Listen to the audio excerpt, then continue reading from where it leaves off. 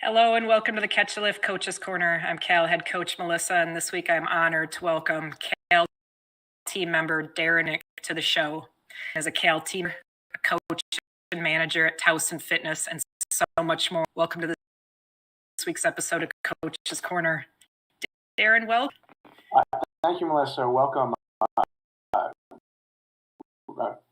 Thrilled to be here. So to have you on and talk to you. I'll jump right in. Would you talking to us a little bit about your life growing up and what ultimately would lead you to fit? Sure. I'm a family before the age of the internet and video games, and we spent as much time as possible outdoors, and we played sports and did this and did that, just outside all the time. And when I became an adult, more or less, kind of put that stuff away.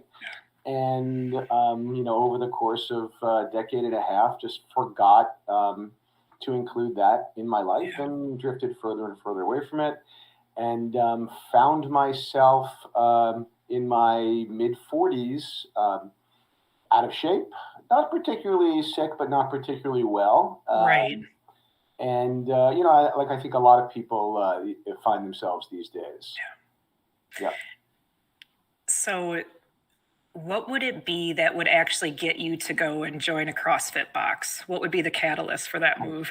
Well, this is a great story. I was 45 and, on the wrong side of 200 pounds, and I could, take the stairs if I wanted to, but I never wanted to. That kind of thing. And I got a call from my septuagenarian father, and he said, "Hey, I want to go climb Mount Kilimanjaro, and I want you to come with me. And we're leaving in 4 months, and I already have the ticket." That's how you do it right there. I love it. Everything in my head was saying, "Oh, you don't want to go do that." But there's a rule in my family, and that when your septuagenarian father asks you to go climb a mountain halfway around the world, you say yes. Yeah. So I said yes, and then I started making some phone calls. I have a stepbrother who had summited Kili a few years before, and I gave him a call, and I said, "What do I need to do?" And the clock is ticking. He says, "Grab a ruck and start walking up and down hills with it, and go join a CrossFit." Now, this was 2013. I'd never heard the word before, but I found a local one, and on the hottest day of the hottest I've ever seen, I walked into this a sauna with barbells and absolutely destroyed, and having fallen deeply in love. Wow, that's incredible. So I want to talk a bit of 4 months leading up to Kilimanjaro, because you had a set time frame. There was a goal, at the end. It was to summit it, with your father. What 4 months look like for you? So you're roughly so kind of the beginning of your fitness journey, almost like as an adult. So what did those 4 months look like? Well, there was a fair amount of pain, a fair amount of suffering. I'm not going to lie. It was pain and suffering that feels good at the end of the day. And I'm familiar with that, and I think a lot of our audience. And there was a lot of just not being able to decide no. I didn't have a choice. I knew what I had coming up. I knew that the days were falling off the calendar. I had to keep going every day, and I did. I thank God for that, because that would have been very easy to stop doing it if I didn't have a reason to be there. Right. Kilimanjaro, Darin, talk to us about summiting that mountain. So Kilimanjaro it's big. It's about 1,500 feet. It's nice and high. It's not a terribly technical climb, but it's pretty good. You're supposed to take the long, easy route. And I don't know if he did this on purpose, but for some reason we ended up taking the short, more rigorous route. So scramble up a lot faster than we were anticipating, or at least that I had been led to believe, under more rigorous. Not a technical climb, but still a pretty rigorous one. It starts out in the rainforest, it's hot and humid and you don't want to wear anything and you're carrying a pack. And you're in this sort of frozen scree zone where your death is labored and you're climbing up Wow. in the middle of the night, and every single step you have to just will yourself into doing it over and over and over again. And that was, I really just went with a great group of people, but that final push, that last 12 hours of just getting to the summit in the middle of the night, low on oxygen, Wow. tired, exhausted, all of that. But one foot in front of the other, and it was just a great experience. You reach the top just as the sun's rising. Sweet experience. So reaching that top, Darin, do you kind of remember any feelings that ran through your head when you summited? Exhaustion, but it's really feeling sort of step foot on the highest point of the mountain. There's certainly because all the steps from then on are down. There's just an elation, and doing it with my father, but not just my father, all the old people in our group that have been climbing and listening there together and sort of pulling each other up. It was just that feeling of camaraderie made a big difference too. That's absolutely wonderful. What a fantastic thing to have had that experience, and your father in particular. That's beautiful. Thank you for sharing that with us, Darin. Of course, yeah, I feel grateful. So, Fit would go on post Kilimanjaro, and in 2015, decided to get certified as a CrossFit trainer. Darin, what was it that made you want to become a CrossFit trainer and kind of recommend the CrossFit to other people?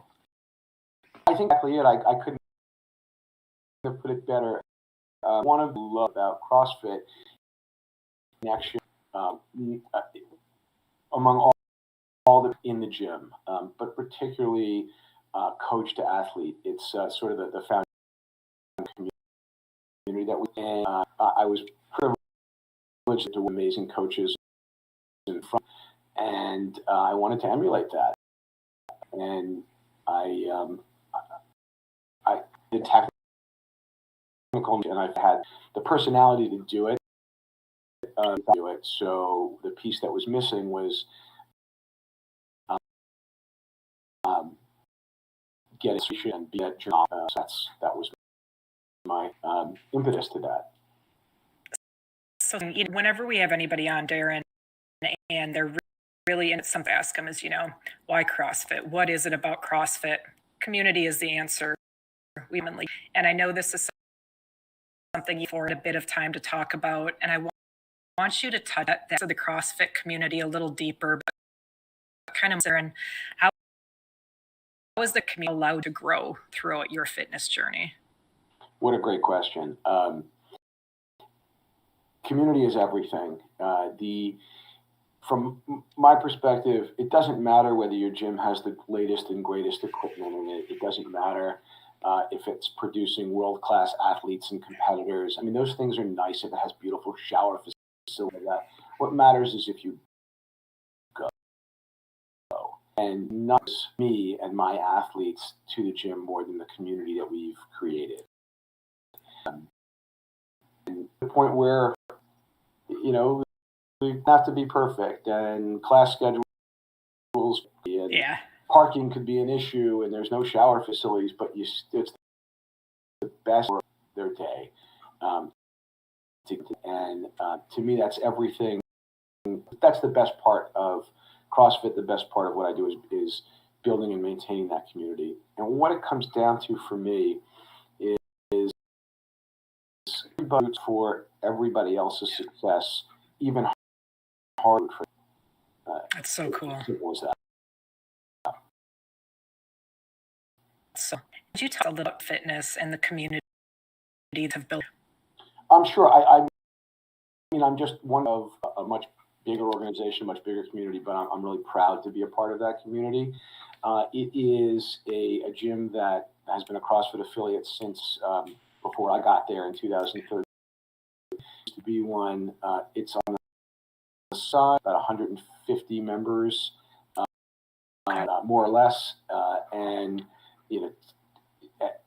just had a nice consistent group of core members that we've built this facility around.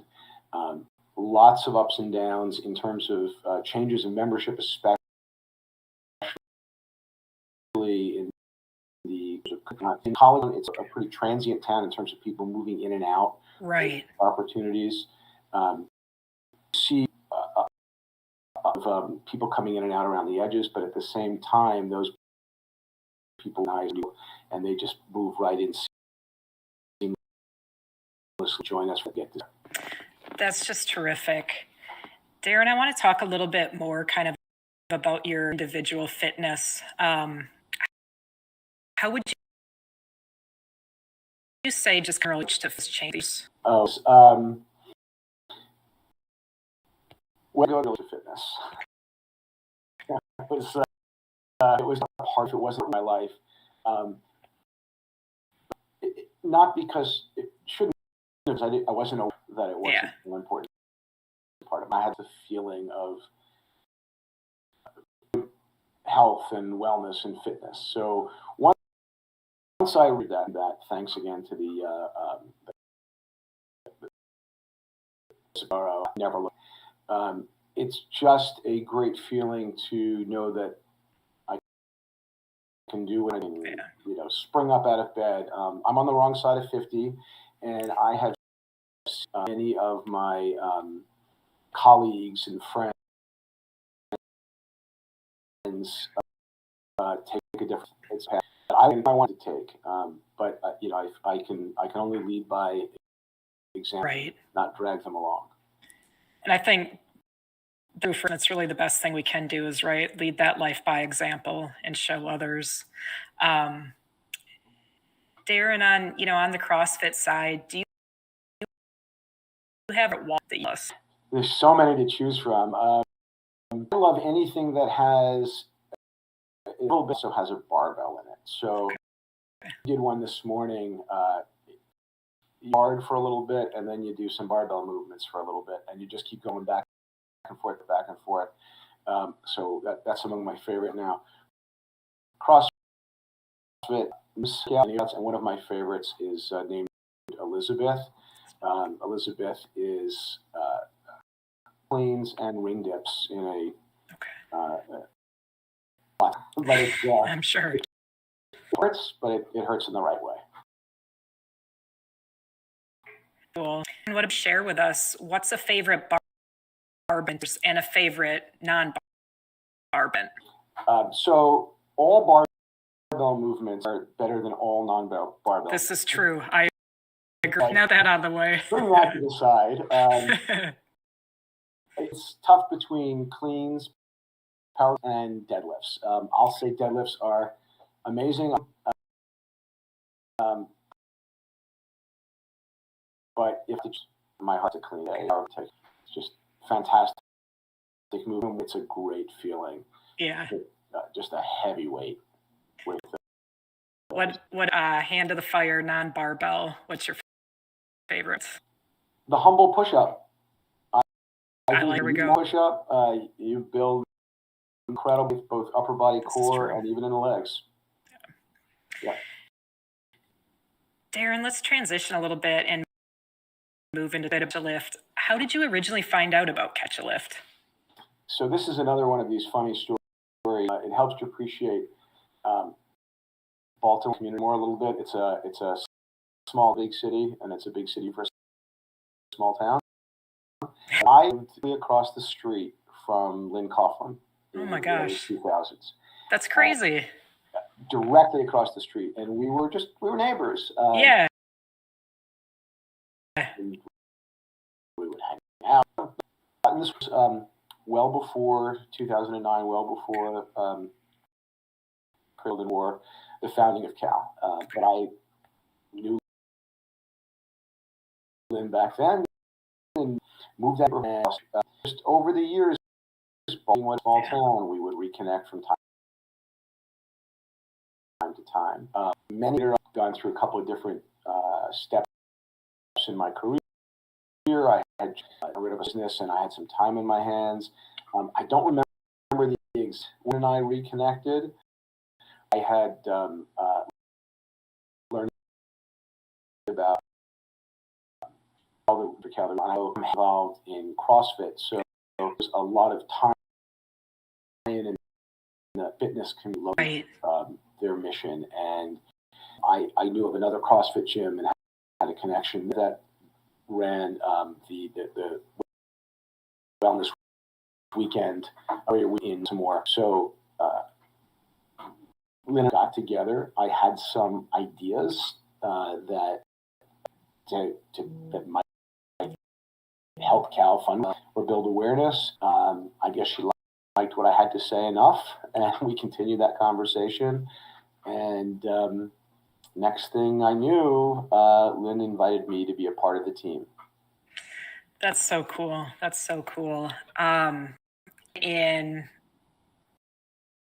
it was in Jan 2020. You had the opportunity to Camp Pendleton with a team of Cal coaches, and you won an adaptive workout for the Marines. And could you tell a little bit what at that event? That was a tremendously special experience. The men that I met out there at Camp both the Cubs and the Marines is just a remarkable group of people. Having to come up with the workouts and then having to run the workouts with the Cal coaches was the enriching experience. Learning how they did things, their approach to fitness, how it was different from mine. Right. And yet so many of the similarities. In this environment, it's just beautiful and just amazing environment rest of what America has to offer these young men. It was amazing. There's learned from the Cal coaches was something I wasn't to see. Yeah. And even now I'm getting a little bit, watery-eyed about it. Yeah. I've heard that from so many other people too, Darin, that were a part of that day, just the impact that she had on these young Marines.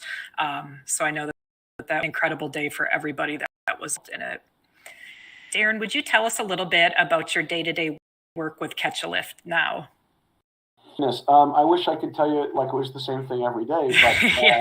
It's a lot of hats that you wear. One of the things I love about Catch is always something new, and one of strengths is that she just can't say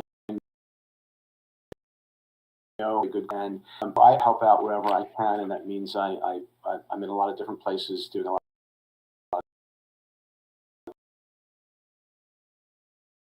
Different, of which I think I do right there and keep going there.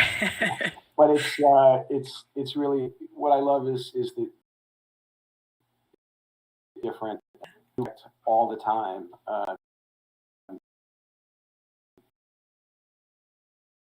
But projects you did work on, late this spring and early this summer was helping Cal establish the CrossFit affiliate, CrossFit Catch a Lift. Will you talk about this new opportunity, Darin? Absolutely. I'm super proud of this, not just for myself, for the organization as a whole. Also for in spearheading and running this part of Catch a Lift. Dennis News, Catch Lift has a new CrossFit fall lift. It is going to be or is an integral part of the fitness for it's being part of the cross world. I am excited to see the ties between the CrossFit community at large and the lift CrossFit community itself. One of my from this background, having that sort of community and building through this is just a perfect tie-in. Cal and CrossFit, being able to merge into CrossFit. It really does. And, like you've told us about and demonstrated through this whole talk that we're having, is they are so closely intertwined, right? What does and what goes behind CrossFit and the community aspect and the fitness and everything that goes with that. It's a very natural fit, Agreed, 100%. For any of our Cal veteran athletes listening that want to become more involved with Cal CrossFit, so reach out to me any which way you'd like to, and I will get you signed up for the modality on get the programming and all of that stuff, and it's as simple as that, and we'll get you a part of our CrossFit affiliate, our CrossFit box. So exciting. It's so exciting for Catch Lift and our veteran members. Darin, what does it mean to you to be able to see the impact that you're able to have, honestly, on a daily basis with so many veterans? Oh, goodness. I find the entire thing humbling. And in truth, what I get out of it is far less than what I put into it. And the strength that I see out there gives me so much more of my own strength every day. From more than it's far more than what I'm doing.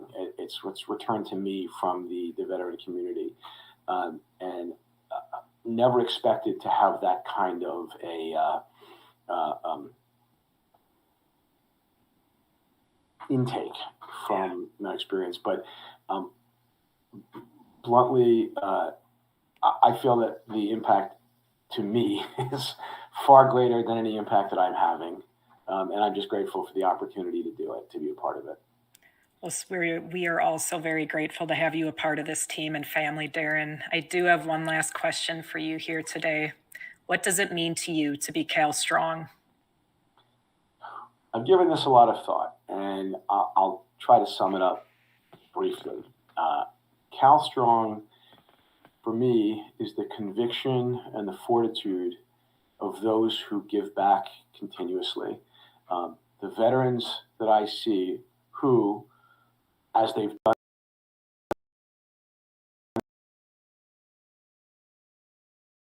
in time, saw what need of service. That's the S. That's beautifully said, Darin. Thank you so much, Darin, for coming on today and sharing your story and your light with us all. Absolutely terrific. That's it for this week's episode of Coach's Corner. We will return next Wednesday at 1 Eastern Time with another episode. Thank you again, Darin, for sharing with us today. It's always so great to get to talk with you. Thank you to ID Technology and ClearBridge for your support of all things Catch a Lift, and especially support of this podcast. Thank you to Lynn Coughlin, Henry Pomper, and Kaylee Nasiri for all of the work you do to make this podcast possible week after week. And we thank the entire Catch a Lift team. Until next week, keep it real and stay Cal Strong.